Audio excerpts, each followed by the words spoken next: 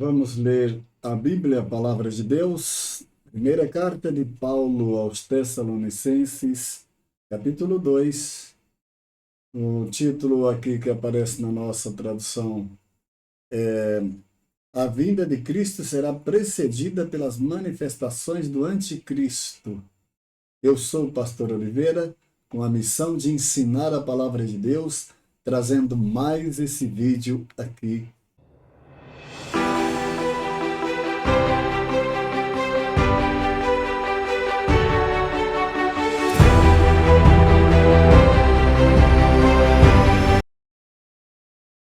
Vamos ler a Bíblia.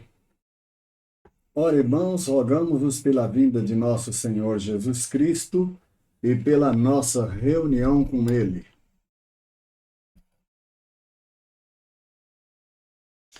Rogamos-vos, pois, irmãos, pela vinda de nosso Senhor Jesus Cristo e pela nossa reunião com Ele. Rogamos-vos que não vos movais facilmente do vosso entendimento, nem por vos perturbeis, quer por espírito, quer por palavras, quer por epístolas, como de nós, como se o dia de Cristo estivesse perto. Ninguém de maneira alguma vos engane, porque não será assim, sem que antes venha a apostasia e se manifeste o filho da perdição, o homem do pecado. Muito bem, o primeiro ponto é este aqui. O primeiro ponto é este aqui que eu quero discutir com os irmãos. O apelo do apóstolo Paulo para que nós não nos movêssemos facilmente, nem por espírito, ou seja, por determinadas revelações que aparecem, inclusive agora nesse final de tempo, na mídia, no YouTube, está aparecendo muitas revelações, pessoas que morreram, pessoas que foram, voltaram de uma experiência de quase morte, trazendo aqui para nós coisas mirabolantes, miraculosas. A Escritura está dizendo que não é para acreditar nisso, tá? Não é para você se perturbar com isso. Porque como é que vai ser a vinda de Cristo? A palavra está ensinando aqui. O apóstolo Paulo está ensinando aqui na segunda carta aos Tessalonicenses de que maneira vai acontecer a vinda do Senhor Jesus. Vamos continuar aqui. Não é para nos movermos por espírito, ou seja, por determinadas revelações espirituais que aparecem na igreja dizendo, olha, Cristo está ali, Cristo está voltando, está acontecendo isso, isso, isso. Ninguém sabe ainda. O cenário do mundo aponta que as escrituras estão se cumprindo e que vai acontecer e não vai demorar. Isso a gente já sabe.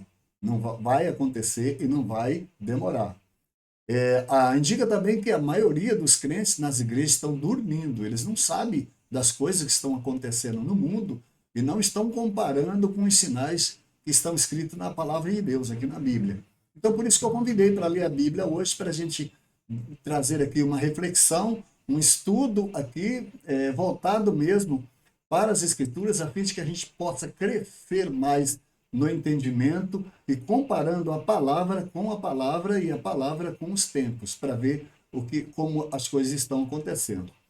Bom, então deve vir duas coisas. Primeiro, a manifestação do anticristo e apostasia. Vem primeiro a apostasia, depois a manifestação do homem do pecado, do homem da iniquidade, que é o anticristo, o antimachia.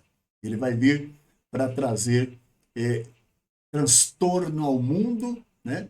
E também, se ele pudesse, perseguir a igreja. Não nos devemos mover ou por epístola. Epístola, o que seria hoje as epístolas? Hoje ninguém escreve mais carta dizendo que está sendo inspirado pelo Espírito Santo, mas o que tem de profeta na mídia, mentindo, dizendo que é Deus que revelou, que é Deus que falou isso, que Deus que falou aquilo.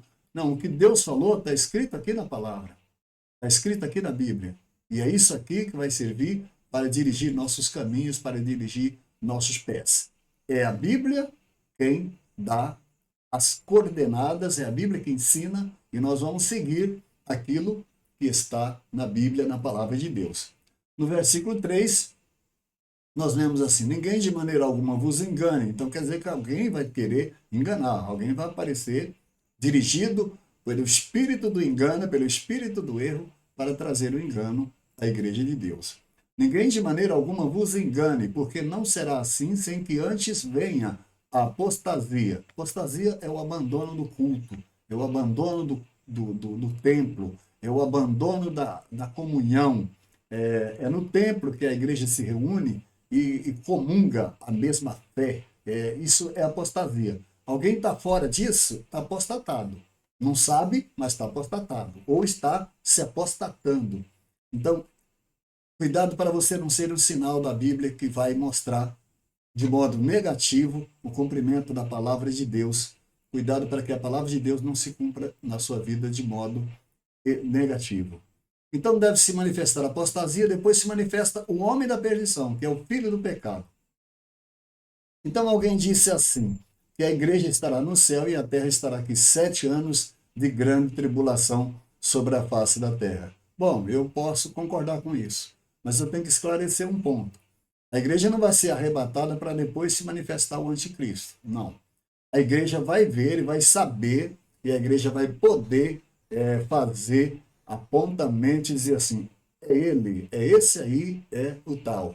Olha, antes que se manifeste o homem do pecado, a igreja não será arrebatada. Está escrito aqui: os irmãos não se devem perturbar com relação à nossa reunião com Cristo, porque nós já estamos reunidos, já estamos unidos aqui nesse mundo com Cristo. E o arrebatamento fará uma reunião com Cristo, segundo a palavra que está escrito aqui. Mas ninguém de maneira alguma vos engane, porque não será assim sem que antes venha a apostasia e se manifeste o filho do pecado, o homem da perdição, o qual se opõe e se levanta contra tudo que se chama Deus e que se adora, de sorte que se assentará no templo de Deus, querendo parecer Deus. Olha aí. Quanta coisa ainda falta para acontecer antes que este indivíduo se manifeste. Haverá também outras passagens que nós temos que observar. Podemos também ler no capítulo, no livro do Apocalipse. Vale a pena dar uma olhada aqui, viu, irmãos? Podemos ler aqui no Apocalipse. Vou até abrir aqui para a gente fazer uma consulta, porque já que nós estamos meditando aqui de forma de estudo bíblico, vale a pena a gente fazer uma reflexão aqui bem profunda e aprimorar os nossos conhecimentos. Vamos ler aqui o capítulo 6 do livro de Apocalipse. Olha o que diz aqui: havendo o cordeiro aberto um dos selos, olhei e ouvi a voz do quarto animal. Nessa tradução está escrito animal, em outra está escrito seres viventes, que é a mesma coisa, que dizia como em voz de trovão: vem e vê. E olhei, e eis um cavalo branco, e o que estava sentado sobre ele tinha um arco, e foi-lhe dado uma coroa, e saiu vitorioso e para vencer. Esse cavalo branco representa a falsa paz que será introduzida no mundo, para que esse homem que vem assentado sobre esse cavalo se manifeste como um pacificador à humanidade. Então, quando a gente olha para esse versículo aqui, nós vamos fazer uma pergunta assim.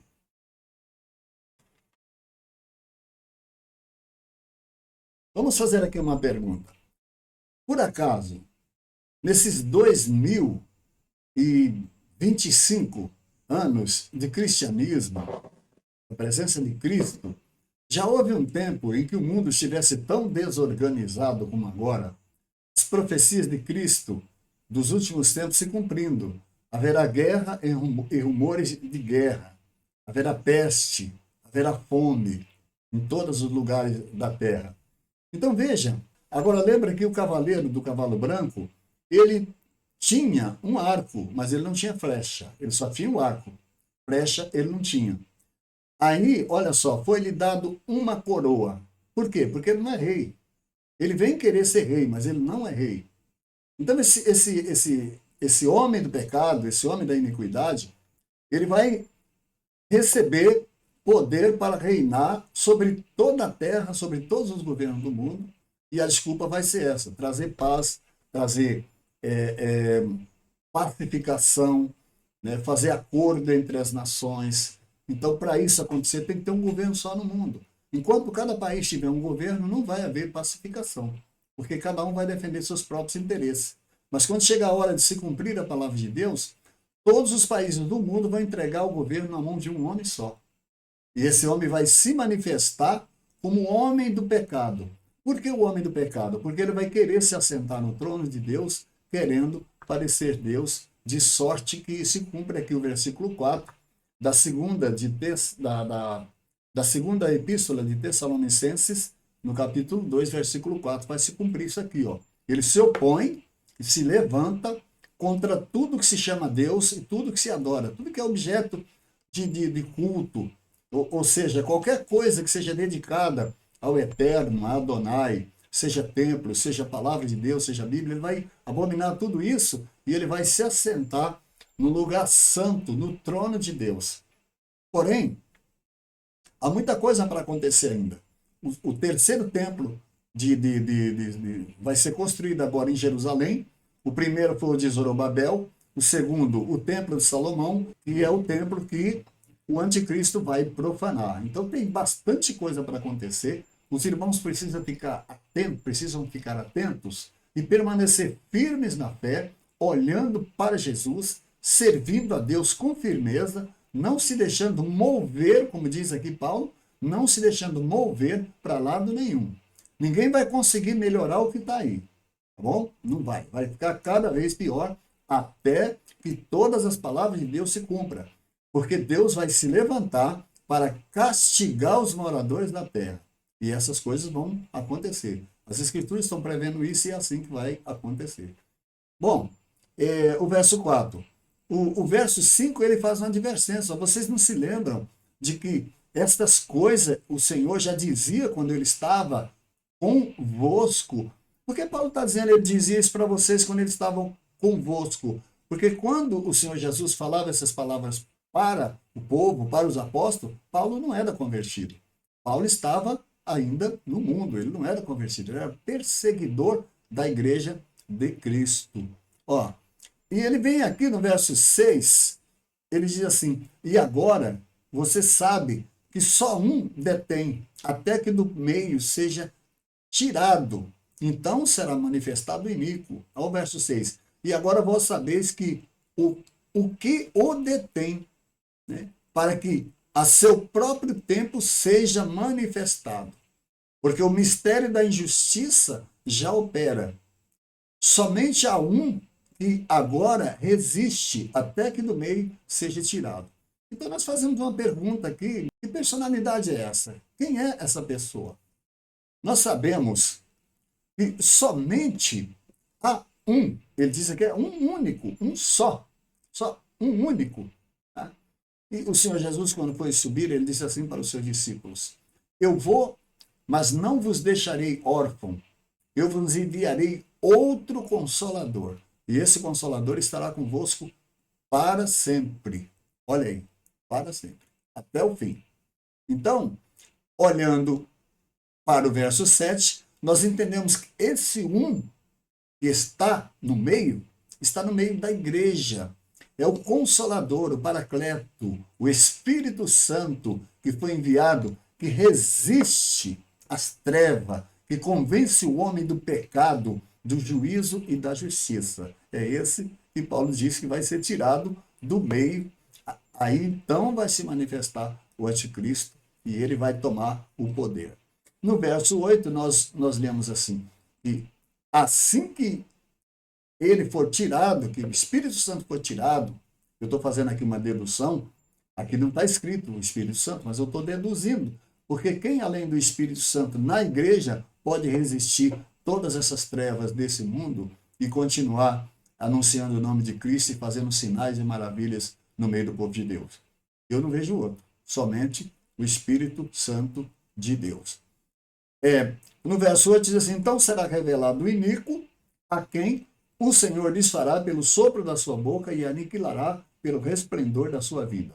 Então, aqui parece ter um paradoxo aqui, ou seja, parece ter uma rápida contradição nesse texto. Porque enquanto o versículo 7 diz aqui, o mistério da injustiça opera, e nós vemos aqui no verso 4, no verso 3, aqui, a igreja não será arrebatada, no verso 3 nós vemos, a igreja não será arrebatada antes que se manifeste o homem do pecado, o filho da perdição, no verso 3. E aqui, no verso 8, no verso 7 diz, porque o mistério da injustiça opera, somente há um que agora resiste, né, até que do meio seja tirado. Então nós sabemos que o Espírito Santo vai sair do mundo junto com a igreja, que ele vai levar a igreja aos céus e entregá-la a Cristo. Aí no verso 8 diz, então será revelado o iníquo. Então veja que aqui tem duas coisas aqui. Primeiro tem manifestação do homem do pecado, do filho da perdição, e depois tem a revelação desse anticristo. Podemos aqui entender que haverá dois períodos críticos do governo do anticristo no mundo. O primeiro período é a manifestação dele. Então todo mundo, inclusive a igreja, vai olhar e vai dizer assim, olha, é fulano de tal, é aquele cidadão que se levantou agora, que está convencendo todo mundo e ele vai assumir o poder. É aquele ali. Nesse período, né, até que se cumpra o verso seguinte, né, o verso 8, que é o verso da revelação do iníquo, né, quando ele vai começar a se manifestar ao mundo e vai começar a exercer o poder, é nesse período de tempo que a igreja vai ser tirada da face da terra. Então, a grande pergunta que pretendo responder aqui é a seguinte: então a igreja vai passar pela grande tribulação? Não. Nós temos segurança de que ela não vai passar pela grande tribulação, pelas palavras que Paulo está falando. Mas ela vai ver, ela vai contemplar e ela vai saber quem é esse homem do pecado, esse filho da perdição, que é o anticristo. Bom, queridos irmãos, então, ele aqui no verso 9 diz que a vinda dele é segundo a eficácia de Satanás, com todo o poder de sinais e prodígios de mentira. Então aqui no verso 9 aqui é uma advertência para aqueles crentes milagreiros que ficam procurando milagres nas igrejas, procurando sinais, procurando profeta, procurando profecia, procurando novidade. Crente demasiadamente místico, que esquece de ler a Bíblia, que esquece de ler a palavra de Deus, pode se tornar aí uma presa muito fácil para o inimigo das nossas almas nesse tempo da manifestação do anticristo. Então aqui também tem outra advertência também para aqueles que não estão crendo no evangelho hoje. As pessoas que estão sendo ensinadas no caminho do Senhor, estão sendo pregada a palavra de Deus para elas, e elas não estão crendo, estão se escondendo atrás de uma religião, estão se escondendo atrás de uma tradição familiar para não crer no evangelho, para não crer na palavra de Deus, eles também vão se tornar alvo do cumprimento das escrituras. Olha, o verso 10 diz assim, e com todo o engano da injustiça para os que perecem. Quem são os que perecem? Os que perecem são aqueles que não creram na verdade, que não creram no evangelho, que não creram na pregação das palavras, da palavra de Deus, das santas escrituras. Então, eles vão perecendo na sua incredulidade, vão sendo arrastados para a perdição, porque eles não creram na palavra de Deus. Então, olha só, e com todo o engano da injustiça para os que perecem. porque não receberam o amor da verdade para se salvarem, não receberam a pregação com amor para receberem a salvação de Deus, rejeitaram a palavra, rejeitaram a pregação. Então, olha o que diz aqui o verso 11. Por isso, Deus lhes enviará a operação do erro para que creiam na mentira. Olha aí, os que rejeitam o evangelho se esconde atrás de uma religião, seja ela qual for, para não aceitar a verdade das Escrituras. Está escrito aqui, olha, por isso Deus lhes enviará a operação do erro para que creiam na mentira. Agora, olha o verso 12. Para que sejam julgados todos que não creram na verdade, antes tiveram prazer na iniquidade. Versículo 13. Mas devemos sempre dar graças a Deus por vós, irmãos, amados do Senhor, por vós ter Deus elegido desde o princípio para a salvação e santificação do Espírito e fé da verdade. Fé da verdade. Como pode se exercer fé, né, da verdade? Lendo na Bíblia, lendo na palavra de Deus, aprendendo, né, aprendendo na palavra do Senhor aquilo que Deus tem preparado para nós. Para que o Evangelho, ele diz aqui, para que pelo nosso Evangelho vos chamou para alcançardes a glória de nosso Senhor Jesus Cristo. Então, irmãos, estáis firmes e retende a tradição que vos foram ensinada, seja por palavra, seja por epístola, como nossa. E o próprio Deus, e o próprio nosso Senhor Jesus Cristo, nosso Deus e Pai, que nos amou e em graça nos deu uma eterna consolação e boa esperança. Console os vossos corações e vos conforte em toda a boa palavra e obra. Então, queridos, nada melhor do que uma ótima leitura da Bíblia para nós nos aprofundar cada vez mais na esperança, no conhecimento, na graça, tá? Não fique desesperado, se preocupe apenas em servir a Deus com um coração sincero, com retidão. Não negue a Cristo de maneira nenhuma, de forma nenhuma, negue o nome do Senhor Jesus e o Deus de paz será convosco. Vamos ficar aqui com o capítulo 2 da segunda carta aos Tessalonicenses e depois voltamos para continuarmos lendo a Bíblia nesse canal. Deus abençoe a todos e até o próximo vídeo.